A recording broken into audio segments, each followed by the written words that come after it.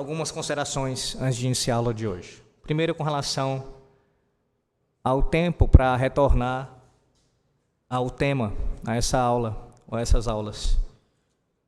Já faz, eu acho que, se não isso, quase isso, 2 meses que eu não dou aula sobre esse assunto, e isso aconteceu devido a algumas circunstâncias. Os irmãos da nossa igreja, pelo menos, se não todos, uma boa parte deve saber, mas nem todos que escutam à distância sabem disso.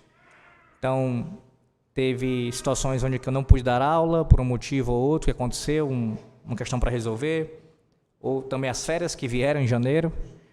Enfim, não foi por falta de desejo de minha parte de ministrar sobre esse assunto. Mas hoje, pela providência de Deus, nós voltamos a esse tema. E eu aproveitei nos últimos dias para pensar bem a respeito de como é que eu faria, porque, no primeiro momento, a minha intenção era apresentar o assunto de maneira mais resumida. Talvez em 2 aulas, no máximo 3, mas pensando com calma, o que foi que eu resolvi fazer? Nós vamos caminhar com calma. Então, hoje pela manhã, no lugar de entrar em vários tópicos, como eu tinha intenção de fazer, pelo menos 2 eu ia entrar, eu vou abordar somente um tópico nessa manhã.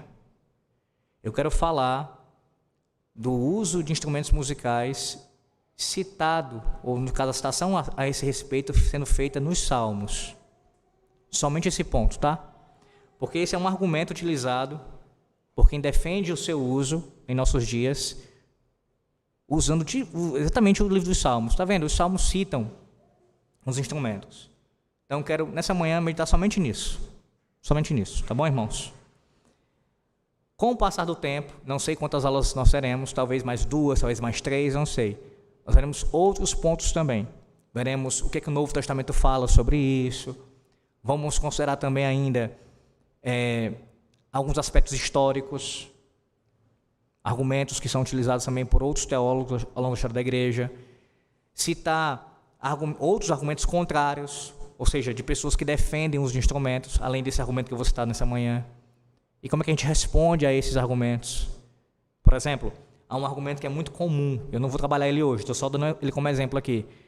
A gente pode usar instrumentos no culto Nova Aliança, uma vez que os instrumentos eles são algo circunstancial. Para essas pessoas, eles entrariam na categoria de circunstâncias de culto, como é o banco, como é o púlpito, como é a iluminação da igreja. Então esse é um argumento que para muita gente soa como forte, e eu preciso lidar com ele e respondê-lo também, tá bom? Num outro momento. Percebe? É muita coisa para se falar, então é bom que isso seja assentado de maneira correta. Nessa manhã, somente o uso de instrumentos musicais à luz do que os Salmos falam sobre isso. Lembrando os irmãos que eu estou usando como texto base, no sentido norteador para isso, esse estudo, o texto do reverendo Brian Shirtley, que trata desse assunto dos instrumentos. Mas eu estou citando outros teólogos aqui de forma direta ou indiretamente também, que ele faz uso ou que ele também não esteja citando aqui no texto. Ele tem um tópico sobre esse assunto que ele diz assim: instrumentos musicais e os salmos. A maioria das pessoas que argumentam para o uso de instrumentos musicais no culto público hoje não usa passagens de crônicas para justificar suas práticas, mas ao invés disso citam as referências de instrumentos musicais do livro dos Salmos. Então, de fato, e para nós então que cantamos somente os Salmos, eu escuto isso com muita frequência. Como é que pode? Pelo menos escutava, hoje nem tanto, mas já escutei muitos. Como é que pode? Vocês são salmodia exclusiva, cantam somente os salmos no culto, quando os próprios salmos várias vezes fazem menção ou menções a instrumentos. Você vê isso no corpo dos salmos, versículos dentro dos salmos falando sobre os instrumentos. Você tem o título de vários salmos, salmo para ser cantado com o uso de instrumento tal. E como é que vocês conciliam isso? Eles dizem, né? Como é que vocês podem cantar somente os salmos e os próprios salmos que falam de instrumentos, vocês não utilizam? Não seria uma contradição? Porque essa é a ideia, essa é a intenção. É querer dizer que nós que somos defensores de salmodia exclusiva, nós estamos sendo contraditórios, ou estamos contradizendo o que os próprios salmos ensinam. Então é uma questão importante tratar, Será que é isso mesmo, irmãos? Será que de fato existe uma contradição? Será que de fato nós estamos incorrendo em erro? Ou seja, o Senhor nos ordena a usar instrumentos e nós estamos pecando contra Deus? Veja a gravidade disso. Porque quem defende, via de regra, salmodia exclusiva, é um ferrenho defensor do princípio regulador do culto. É alguém que diz que só pode estar no culto solene o que Deus ordenou. Está prescrito?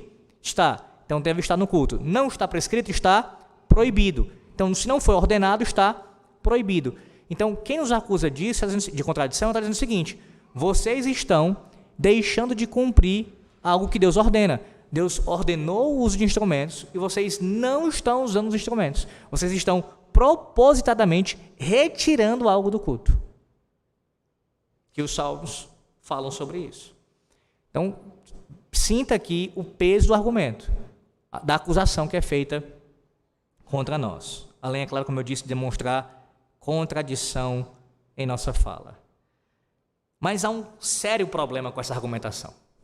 Um grave problema com essa argumentação. E qual é?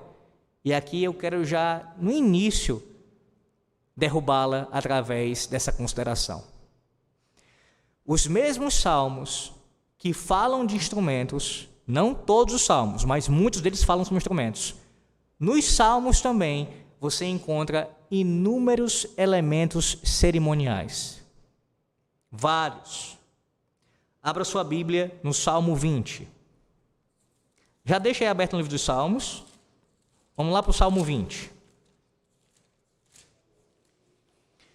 Eu não darei todos os exemplos, porque são muitos, mas alguns exemplos para ilustrar isso. Salmo 20.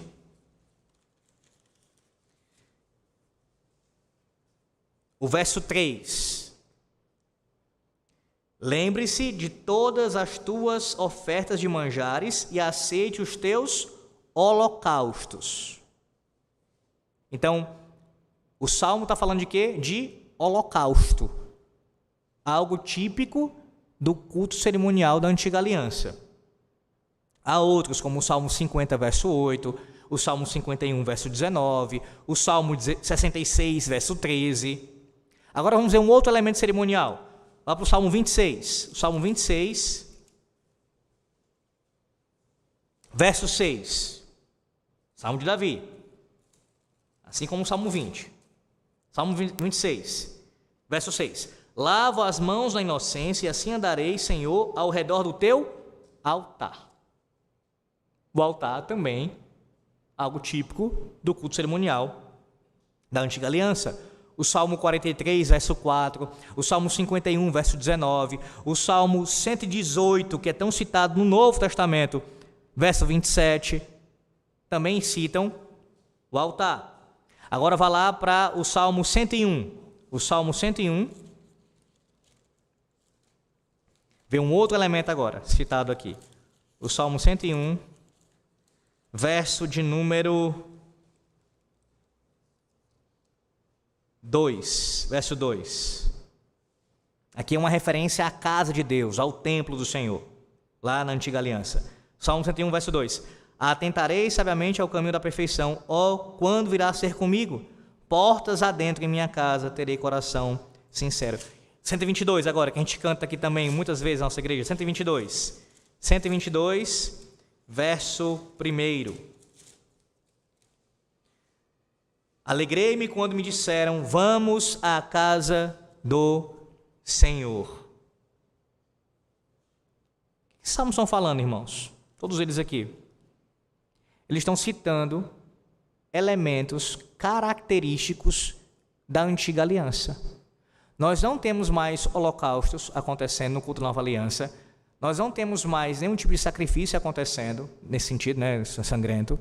Não há mais altar. Inclusive, eu já falei sobre isso em outros momentos, né, que essa é uma linguagem equivocada quando uma pessoa utiliza para se referir ao casamento, por exemplo. Né? A pessoa vai ser conduzida ao altar. Vai sacrificar o noivo, a noiva? O que vai acontecer? Altar é uma linguagem típica da Antiga Aliança. Ninguém é conduzido ao altar na Nova Aliança. A Igreja de Roma utiliza essa linguagem ainda. Altar. Por quê? Porque a missa é um sacrifício. É a repetição contínua do sacrifício de Cristo. Então, usar a linguagem altar no contexto da missa é próprio dela, porque o sacrifício ele está sendo, no entendimento deles, herético, executado. O altar também era o da antiga aliança. A casa de Deus. Muitas vezes a gente utiliza essa expressão, né, para se referir aqui ao local, mas não é, irmãos. Aqui é o local, um local onde nós nos reunimos para prestar culto ao Senhor Deus. Não há templo na nova aliança nesse sentido como havia na antiga aliança. Um templo que foi consagrado pelo Senhor para ali a sua bênção estar. Não. O seu povo, quando se reúne, é o seu templo. E assim Deus ele habita no meio do seu povo. Toda essa linguagem, todos esses elementos aparecem nos Salmos. A pergunta é: se eu devo usar instrumentos no culto da nova aliança porque aparecem nos Salmos, o que eu devo fazer com esses outros elementos? Conclusão muito lógica. O argumento de quem se opõe à nossa posição prova demais. Prova demais. Se levado à última consequência, vai até mesmo conduzir à prática daquilo que o opositor não defende. Qualquer pastor sério, teólogo sério que, de fato, defenda um culto que agrade ao Senhor Deus, ele não vai defender holocaustos em nossos dias, o uso de altar e outras coisas, de altares e outras coisas. Ele não vai chegar a essa consequência. Em outras palavras, nós não podemos afirmar que, pelo simples fato dos salmos citar instrumentos, isso dá uma autorização para a nova aliança usar os instrumentos. Porque os mesmos salmos citam outros elementos cerimoniais. Logo, eles também deveriam ser utilizados com base no mesmo argumento. Agora, por que a gente não utiliza esses instrumentos? No caso, esses elementos? Por que não há altar numa igreja fiel? Por que não há holocausto? Por que não há? Porque entende-se que eles foram cumpridos por Cristo. No caso, apontavam para Cristo, para a sua obra, e foram ali cumpridos na obra de Cristo, seu propósito. A questão aqui que se levantaria seria outra, então. Provar que os instrumentos, como eu já comecei a argumentar no primeiro estudo, eles estão na mesma categoria que esses outros. Ou seja, os instrumentos também eram cerimoniais. Eu vou citar aqui um argumento, na verdade este argumento usado contra nós, por parte de um autor que é muito famoso, muito conhecido, e que ele contribuiu muito para a Igreja de Cristo. Eu não estou falando de alguém que é um herege, pelo contrário, um homem usado por Deus. Mas ouça o argumento dele. Ler o Salmo 150, sim, o Salmo 150 que a gente vai trabalhar daqui a pouco, é o salmo mais usado para defender os instrumentos. Ler o Salmo 150 e comparar ou contrastar o que o Salmo ordena e o que os pactuantes não faziam. Nada que eu queira ridicularizar os pactuantes. Bem que eu desejava que outras denominações fossem pelo menos metade dos pactuantes, de tão bons que são. Quem é que está falando isso aqui? Gordon Clark. Gordon Clark, ele está dizendo o seguinte, que existe uma contradição entre os pactuantes. Quem são esses? Ele está falando não simplesmente dos pactuantes escoceses, que viveram no século XVII, lá na Escócia, mas também dos seus herdeiros. Há igrejas nos Estados Unidos, na própria Escócia e em alguns outros lugares do mundo, que elas têm elas cultivam essa mesma herança. Qual? Cantar os salmos a capela, somente os salmos sem acompanhamento instrumental. Então, Gordon Clark está se opondo a essa prática. Ele pontua aqui, ele diz que ele respeita, que ele tem alta consideração, ele diz que são igrejas sérias, percebe? Pelo menos outras denominações eu desejaria que fosse pelo menos metade do que eles são. Então há sim honra dada aqui àqueles que são defensores dessa herança. E Gordon Clark era presbiteriano. Mas ele está querendo apontar uma contradição, uma suposta contradição. Como é que eles podem, os pactuantes, estes presbiterianos, defenderem o não uso de instrumentos no culto solene e, ao mesmo tempo, conciliar isso com o Salmo 150. Como é que pode? E veja, quem está falando isso é um homem que usava muito bem, pelo menos muitas vezes, a lógica. Argumentos lógicos. Ele está querendo apontar uma contradição. Ouça a resposta aqui, dada pelo reverendo Brian. Ele diz o seguinte: a declaração de Clarke revela que ele não está muito familiarizado com os argumentos bíblicos contra o uso de instrumentos musicais na adoração pública. O fato de que Gordon Clarke, um presbiteriano conservador, um ministro ordenado e excelente erudito, não sabia os argumentos a respeito da música instrumental no culto, mostra o declínio do presbiterianismo conservador moderno na área da adoração bíblica. Além disso, como observado antes, as denominações que usam pianos, violão e órgãos certamente não estão obedecendo o Salmo 150, mesmo se fosse aplicado hoje, pois estes instrumentos modernos não são mencionados nos Salmos. Aqui é um outro argumento, eu falo já sobre ele, mas vamos pegar essa questão que estou usando para ilustrar. Aqui a fala, o argumento de Clarke e a resposta de Brian Shirtley. Irmãos, quem está dizendo que há uma contradição entre não ter instrumentos no culto e cantar o Salmo 150, por exemplo, é o Gordon Clarke, é um erudito. Então isso aponta, isso demonstra para nós o quanto o afastamento é grande das nossas igrejas. Porque quem está falando não é um leigo, não é uma pessoa que conhece pouco de teologia e diz assim, como é que pode, né? O pastor ali defende isso, mas canta o Salmo 150. Quem está falando é um homem estudioso. Revela aqui a profunda ignorância que ele tinha neste assunto. A gente tem que ter muito cuidado com o uso de argumento pela autoridade. Autoridades podem ter algum peso, é claro que tem, na verdade, né? Com relação a gente citar, mas jamais usar o argumento de autoridade como se fosse final. Porque o fulano disse. Porque o fulano disse. Ora, Clarke, que contribuiu muito, como eu falei, falou uma grande besteira aqui. Não há contradição alguma. Ele deveria primeiro ter estudado e aprofundado bem os argumentos com relação ao porquê nós não utilizamos instrumentos no culto solene, para poder falar um negócio desse.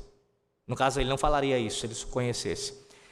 Aqui eu estou querendo aprofundar a questão com essa ilustração dessa fala do Clarke, para dizer o seguinte: por vezes, argumentos superficiais são usados contra uma posição, irmãos.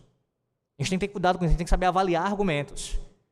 Não somente a sua lógica interna do argumento, a sua fidelidade, principalmente, à palavra de Deus, mas também a sua profundidade. Há argumentos que são tão pueris, tão superficiais, e em tempos de redes sociais, onde as coisas são tão rápidas, tão velozes, e a ideia é essa, né? O termo horrível esse, mas que muita gente utiliza, o negócio agora é lacrar, não é isso? Se eu soltar uma frase de efeito, eu marquei, pronto, todo mundo, e fica gritando e acabou, ele ganhou o debate. Não há consideração, não há ponderação sobre o que é dito. Você tem que ouvir, conhecer o argumento, se aprofundar. Não basta dizer, olha aí, cantando salmo sem instrumento, e os salmos falam de instrumentos. Pronto, aí a pessoa falou isso e ganhou o debate. Uma das características de alguém ter um debate verdadeiro com outra pessoa, com seu oponente, é você não ser desonesto intelectual.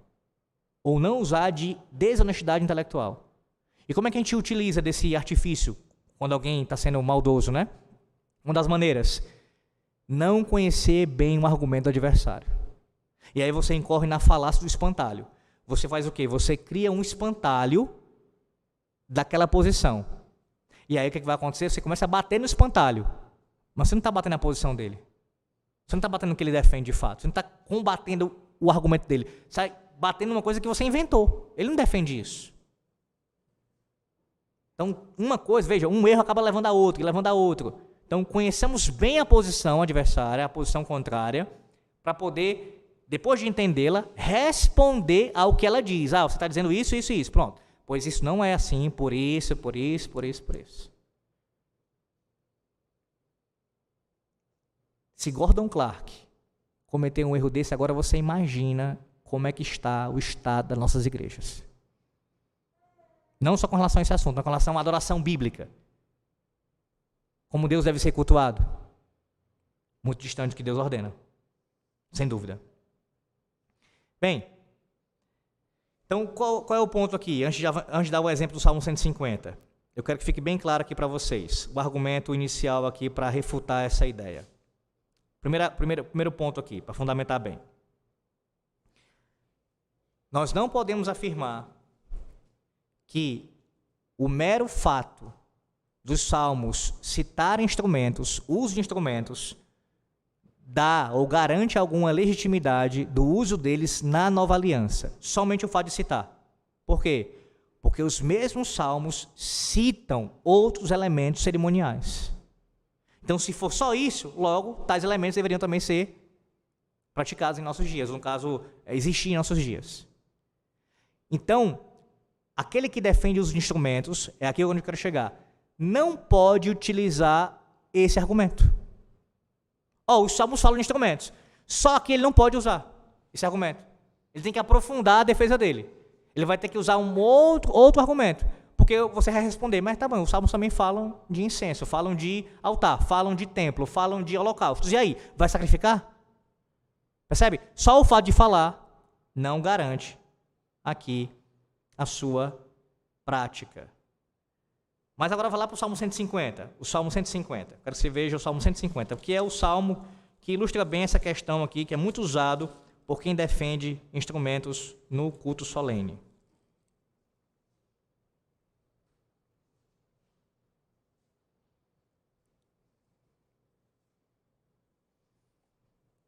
Diz assim o Salmo 150. Aleluia! Louvai a Deus no seu santuário, louvai-o no firmamento, obra do seu poder, louvai-o com seus poderosos feitos.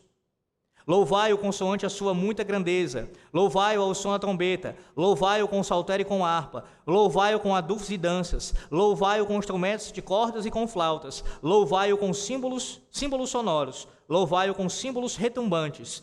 Todo ser que respira, louve ao Senhor. Aleluia. Aleluia.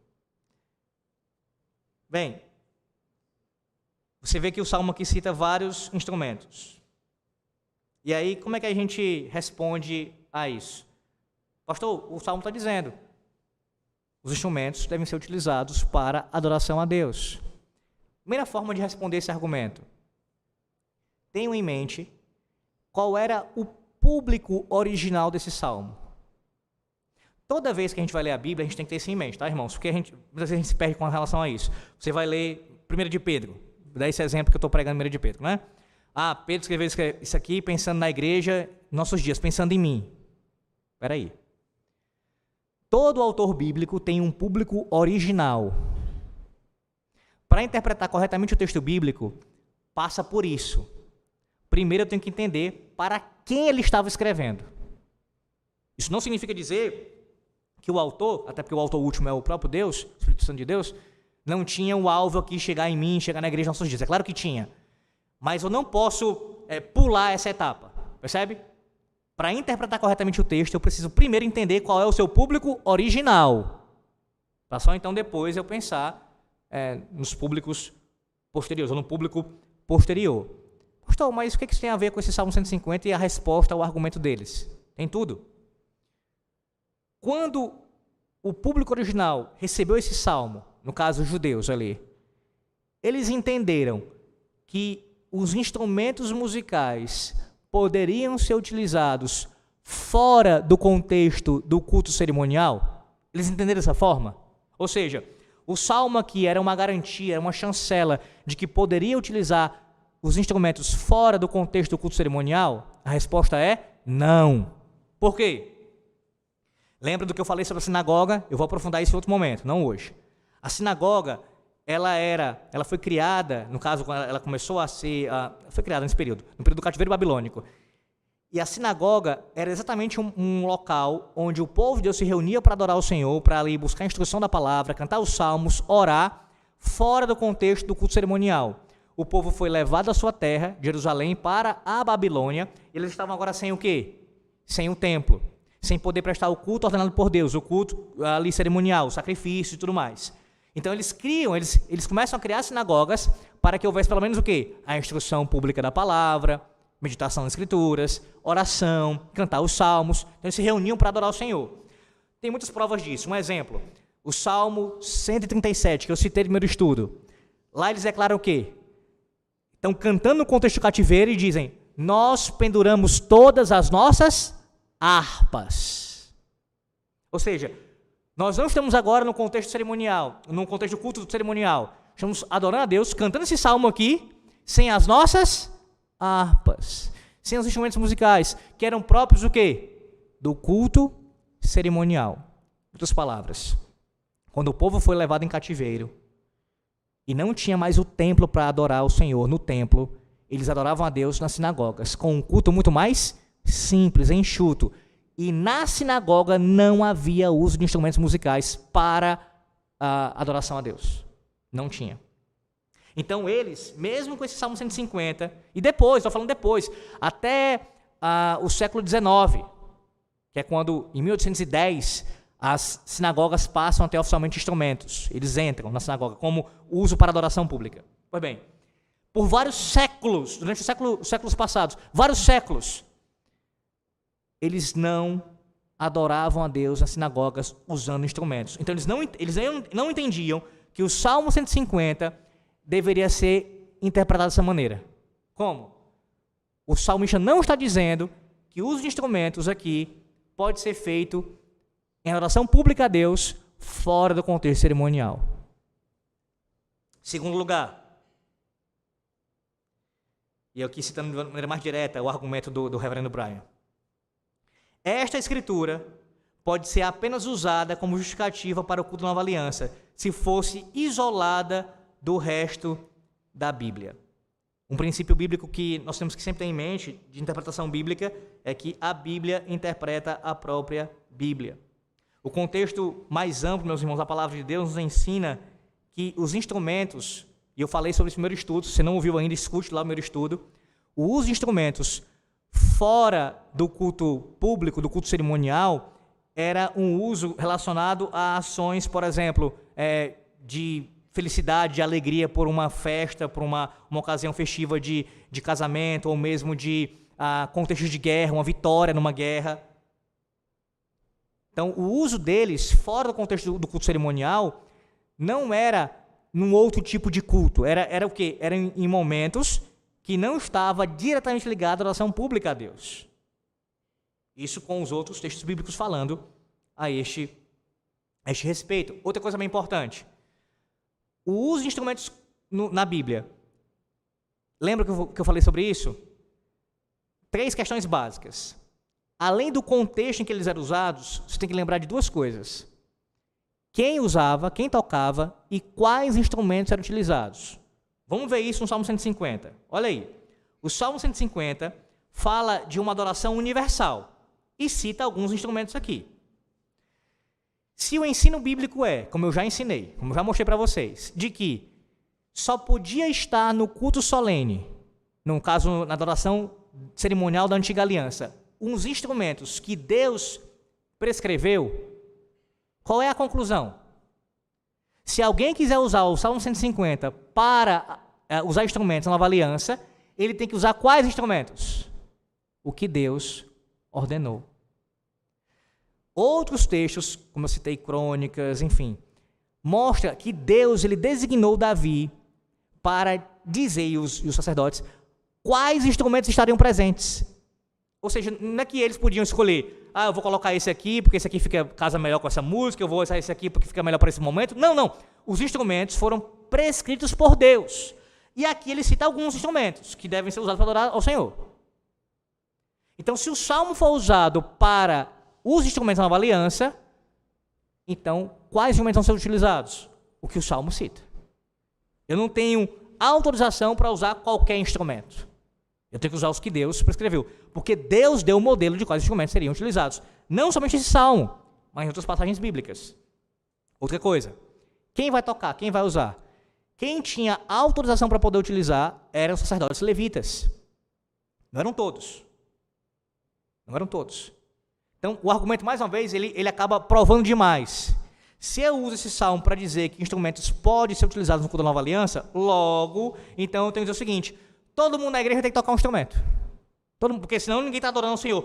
Não é todo você que respira e louva o Senhor? Todo mundo usando um instrumento, todo mundo, pelo menos, com a capacidade de tocar um instrumento. Mas não é isso que o salmo está ensinando. Não é isso. Quem vai tocar? De acordo com a Bíblia, tinha um grupo específico para tocar esses instrumentos. Você percebe que ter os instrumentos específicos as pessoas apropriadas e designadas para tocá-los e também a ocasião em que acontecia no contexto cerimonial, tudo isso testifica a natureza deles. O seu uso era cerimonial. Ele diz assim ainda, ó, ignorar completamente o ensino do Antigo Testamento a respeito do uso de instrumentos na adoração, quando se fala do Salmo 150, como o texto prova, para louvores da nova aliança, é uma exegese mal feita e um método ilegítimo de usar um texto prova. Terceiro argumento. Pessoas que utilizam desta passagem como autorização para instrumentos musicais também ignoram o contexto imediato. Agora ele vai aprofundar, escute bem.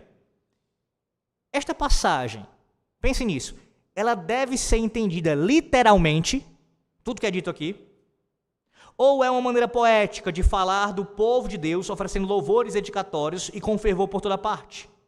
Ora, se alguém entende a passagem literalmente, então não só a faz se contradizer abertamente com o resto do Velho Testamento, a respeito dos instrumentos musicais, mas também ensina que todo crente, como eu falei já, deve tocar instrumentos musicais durante o culto, uma noção absurda. Além disso, ensinaria que criaturas pagãs também estariam envolvidas aqui no culto a Deus. É claro que todo mundo é chamado para adorar a Deus, no sentido último, todo mundo deve culto a Deus. Mas se o contexto aqui é de culto público, de que tudo que está acontecendo aqui acontece dentro do culto público, então também aqui faz parte desse contexto os pagãos. A respeito do Salmo 150, verso 3, Calvino escreve, escute, você vai jogar a luz. Salmo 150, verso 3, Calvino comenta: eu não insisto nas palavras em hebraico, os quais conceituam os instrumentos musicais. Em outras palavras, eles podem apenas ser metáforas poéticas exortando os crentes a um louvor maior. Apenas deixa o leitor lembrar que tipologias variadas e diferentes são aqui mencionadas, os quais foram utilizados debaixo da economia legal, para mais enfaticamente ensinar às crianças de Deus que elas não podem, por elas mesmas, acharem-se muito diligentes no louvor a Deus. Calvino tem o entendimento, irmãos, de que aqui você tem uma espécie de metáfora poética, pedagógica, como ensinando a crianças, naquele contexto da velha, da antiga dispensação. É essa a ideia. Ele segue ainda aqui, o Brian diz assim, sabendo que o Salmo 150 incorpora a instrumentalização do templo, o tocar de tamborins e danças de celebrações de vitórias, assim como instrumentos apenas usados em ocasiões seculares, junto com a exortação de que todo ser que respira louve a Yahvé, a Jeová, deveria ser, portanto, óbvio que este salmo não era para ser utilizado como um guia de instrução legal para o culto público. O Salmo 150 é uma exortação expressada em linguagem poética, ensinando que todos, no céu e na terra, devem louvar a Jeová com cada fibra de seu ser. Além do mais, como observado antes, os judeus da antiga dispensação não consideraram o Salmo 150 como autorização para a utilização de instrumentos no culto público fora do templo. Em síntese, o Salmo 150, pastor, você está dizendo então com isso, usando esse argumento, ele não serve aqui para tirar princípios bíblicos para prestar culto a Deus? É claro que serve, irmãos, é óbvio. O saltério inteiro é um inário a Deus. Então, há vários elementos nos Salmos que nós vamos extrair para aplicar no culto público, não tenha dúvida, não tenha dúvida. Mas assim como acontece com outros elementos que nós não vamos executar de maneira literal, exemplo, eu estou pregando aqui num salmo, esse salmo fala de holocausto, fala de sacrifício. Quando eu estiver explicando o contexto do salmo, vou aplicar à igreja, eu vou dizer assim, irmãos, portanto, agora, no próximo dia do Senhor, ou mesmo hoje à noite, tragam seus animaizinhos para a gente poder sacrificar aqui. É essa a aplicação legítima que eu farei do texto? Quando a gente cantar ao Senhor acerca do holocausto, sacrifício, no salmo, que a gente vai cantando, no Salmo 50, por exemplo, a gente vai cantar com esse sentimento no coração, na nossa mente, eu vou oferecer ao Senhor um animal aqui para... Não é esse o entendimento, irmãos. Da mesma forma, quando nós cantarmos o Salmo 150, ou qualquer outro salmo que mencione instrumentos, ou quando ele for exposto na pregação da palavra, o seu uso, nesse caso aqui, não é literal, mas é poético. No contexto do culto público, eu digo isso, a nova aliança. No contexto da nova aliança, no culto público. Imaginou? O que diz o versículo 6? Todo ser que respira, louve ao Senhor. Traz os animais para o culto também.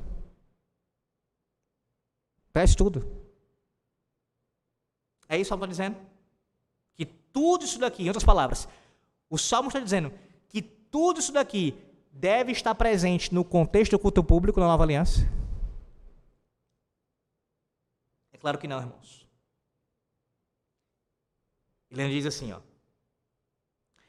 Se alguém vai usar o Salmo 150 como prova para a utilização de instrumentos musicais no culto público da Nova Aliança, então este alguém tem a obrigação de usar todos os instrumentos específicos ordenados e deve também fazer a dança litúrgica. Pastores presbiterianos que apelam para este salmo como autorização não podem, de acordo com o modo literal de usá-lo, proibir de tocar tambores, tamborim e dança nos corredores durante a adoração. Um ponto de vista bíblico do Salmo 150 é mais prontamente encontrado nos comentários de presbiterianos e reformados mais antigos. Ele vai citar agora o David Dickson. Escute, David Dickson, ele é um pactuante, um reformado, um presbiteriano escocês, que inclusive comentou a Confissão de Fé de Westminster. Ouça o que ele diz. Ele comentou aqui os versos 3 e 5 do Salmo 150. Aqui estão outras 6 exortações, ensinando a maneira de louvar a Deus sob a sombra da música tipológica, apontada na lei cerimonial, de onde aprende, primeiro, embora as cerimônias típicas de instrumentos musicais no culto público de Deus pertencem à pedagogia da igreja, em sua minoria antes de Cristo, são agora abolidas com o resto das cerimônias. Mas os deveres morais encobertos por elas, cerimônias, são ainda para serem estudados, porque este dever de louvar a Deus, exaltá-lo com toda a nossa mente, força e alma, é moral, pela qual nós somos perpetuamente obrigados. O que ele está falando aqui, em síntese? É o seguinte, há elementos no Salmo, certamente, como eu já falei, que são morais, que são perpétuos, princípios que são aplicados por todos os tempos. O mais óbvio aqui, louvar a Deus. O Salmo ensina isso, louvar a Deus. Todos nós temos que cantar ao Senhor, louvar ao Senhor Deus, no culto público, fora do culto público. Mas há elementos no Salmo, assim como em outras passagens bíblicas, fora dos Salmos, que não têm continuidade literal na Nova Aliança, porque encontrou o seu cumprimento em Cristo. O que fica para nós, é claro, os princípios que são extraídos disso. Matthew Henry comenta o seguinte: de que maneira este atributo deve ser pago? Diz assim: com todos os tipos de instrumentos musicais que foram então usados no serviço do templo. Nossa preocupação é saber que vários instrumentos sendo usados em louvor a Deus devem ser feitos com harmonia exata e perfeita. Eles não devem impedir uns aos outros, mas ajudar uns aos outros. A preocupação do Novo Testamento, ao invés disso, é com a mente e lábios para glorificar a Deus. Ele começou com um chamado àqueles que tinham um lugar em seu santuário e eram utilizados no serviço, mas ele conclui com um chamado a todos os filhos dos homens, em perspectiva ao tempo quando os gentios deveriam ser levados à igreja, e em todo lugar, assim como era aceitável em Jerusalém, este incenso deveria ser oferecido. Isso é importante, ó. Ele vai estar aqui em Malaquias, e tem outros textos bíblicos, você pode ver isso em Isaías também. Os profetas, muitas vezes, eles profetizaram sobre o culto da nova aliança em termos cerimoniais. Você lembra disso? O profeta falando assim, o nome do Senhor, o Senhor falando através do profeta, o meu nome é grande em toda a terra, incensos vão ser trazidos ao Senhor, para a glória do Senhor, vão para Jerusalém, para o templo do Senhor. Uma linguagem cerimonial, uma linguagem ali profética, falando do culto da nova aliança. Eles estavam ensinando que incenso, altar, templo, holocausto continuaria? Claro que não, irmãos. Mas que a essência da adoração a Deus, os princípios que norteiam o culto divino, tudo isso permaneceria. E o Senhor Deus seria adorado conforme a sua vontade revelada. Por último aqui, para terminar o estudo de hoje, ele vai citar um erudito batista, John Gill.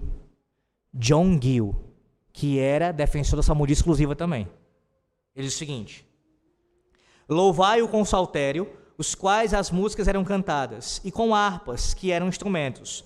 Ambos eram usados no culto divino, debaixo de antiga dispensação, e pelo qual Davi era bem habilidoso e deleitado. Apontou pessoas próprias para louvar com ele, com os instrumentos. Ele vai dizer assim ainda: eles eram tipologias da melodia espiritual feita nos corações do povo de Deus, enquanto eles estavam louvando nos salmos, hinos e cânticos espirituais sobre o Evangelho. Citando aqui Efésios 5:19. Tudo isso fazia parte da antiga dispensação, da velha economia, do período em que a igreja estava, como diz Calvino e outros teólogos, na sua infância. Irmãos, uma das grandes diferenças entre o culto da antiga aliança e o culto da nova aliança, a diferença não está na sua essência. Não está. Lembra que eu falei hoje pela manhã? Páscoa e ceia são a mesma coisa, essencialmente falando? A mesma coisa. Batismo e circuncisão, a mesma coisa. Na essência, são a mesma coisa. Têm o mesmo significado. Sinalizam e selam as mesmas promessas pactuais. Mas são distintas quanto aos seus elementos externos. Pois bem, o culto da antiga aliança e o da nova aliança é essencialmente a mesma coisa. A Deus somente, por meio do Redentor somente, conforme a vontade de Deus somente, os elementos prescritos por Deus somente, tudo isso é a mesma coisa. Mas há uma grande diferença, uma delas. O culto da antiga aliança era marcado por aspectos externos, com muito mais elementos visíveis, sensoriais, enquanto o culto da nova aliança ele é mais enxuto, ele é mais simples. Imagine essa ilustração, o Senhor Deus enxugou o culto, foi enxugando. Não é que ele mudou a essência do culto, mas aquilo que era externo, ele foi removendo, tirando. Isso foi cumprido em Cristo. E os instrumentos fazem parte dessa categoria, cerimoniais. Com seus sons, com seus barulhos, cumprindo essa função. A igreja naqueles dias, na sua infância, precisava dessa pedagogia. Não é assim que a gente faz com nossos filhos? Há uma maneira de ensiná-los quando eles são menores e há uma outra maneira de ensiná-los quando são maiores. A fidelidade permanece, é claro. O conteúdo deve ser o mesmo da palavra de Deus. Mas a forma como você ensina uma criança pequena e você ensina uma maior, alguém maior, é diferente. Pelo menos em alguns aspectos eu digo isso. Em termos de linguagem. Você tem essa diferença. Então essa é uma ilustração que os teólogos utilizam para falar do povo de Deus. Na antiga aliança, o povo de Deus estava na infância. Na infância. E precisava de elementos externos para os seus olhos, seus sentidos serem atingidos, eles poderem compreender a obra do Redentor, os planos de Deus. Quando Cristo vem cumprir isso, essas coisas vão embora. Vão embora. E o que você tem agora de elemento mais sensorial, visível na nova aliança, é o batismo e a ceia, basicamente. Simplicidade. O contraste é, o culto da nova aliança é ainda mais focado, não é que o da antiga aliança não tinha esse elemento, é claro que tinha. Mas a nova aliança ele é ainda mais, enfaticamente, espiritual. Espiritual. Aqui eu concluo dizendo o seguinte: tenha em mente os 3 argumentos para responder a alguém que quer usar os salmos como uma base para defender instrumentos. Primeira coisa em mente, o contexto geral, tá? Espera aí, irmão, você está dizendo isso, mas espera aí. Os salmos também falam de outros elementos cerimoniais. O irmão faz isso na sua igreja? Eu espero que não. Então não é porque os salmos estão falando de instrumentos que necessariamente tem que ter instrumentos no culto solene. Porque ele também cita outras coisas que não estão presentes no culto solene. Aí depois você vai aprofundar. Salmo 150 como modelo. Primeira coisa, para quem foi escrito? Quem recebeu esse salmo? Os judeus daqueles dias. Na sinagoga, quando estavam distante do templo, do culto cerimonial, inseriram instrumentos? Não. Então eles não interpretaram o público original, que era uma autorização para colocar instrumento fora do culto cerimonial.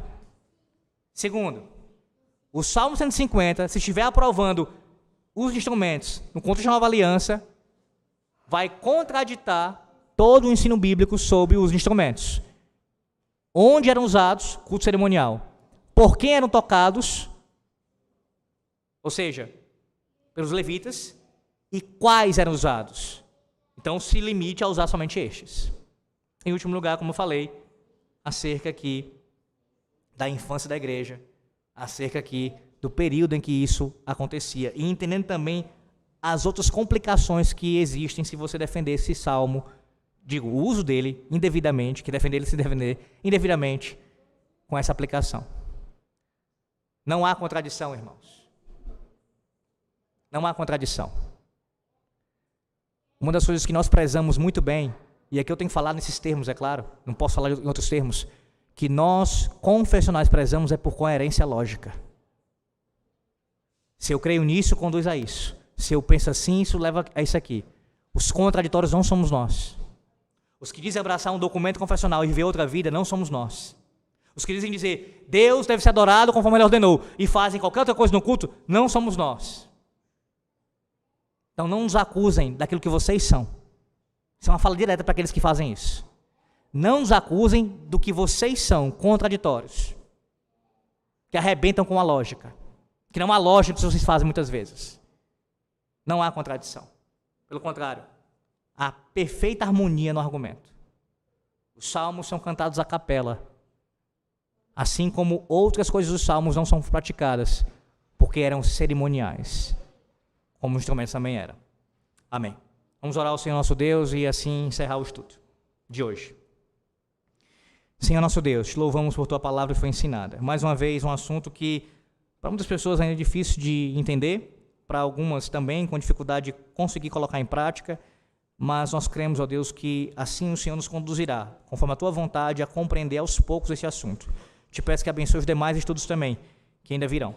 Que ao passo que o assunto for assim tratado, ensinado de forma tão clara, os irmãos possam entender e assim praticar. Te peço também que nos abençoe agora o Senhor todo para casa, nos guarde e proteja, livre do mal, e assim, ó Deus, possamos descansar e mais tarde retornar para prestar o culto ao Senhor também à noite. Em nome de nosso Senhor e Salvador Jesus Cristo. Amém.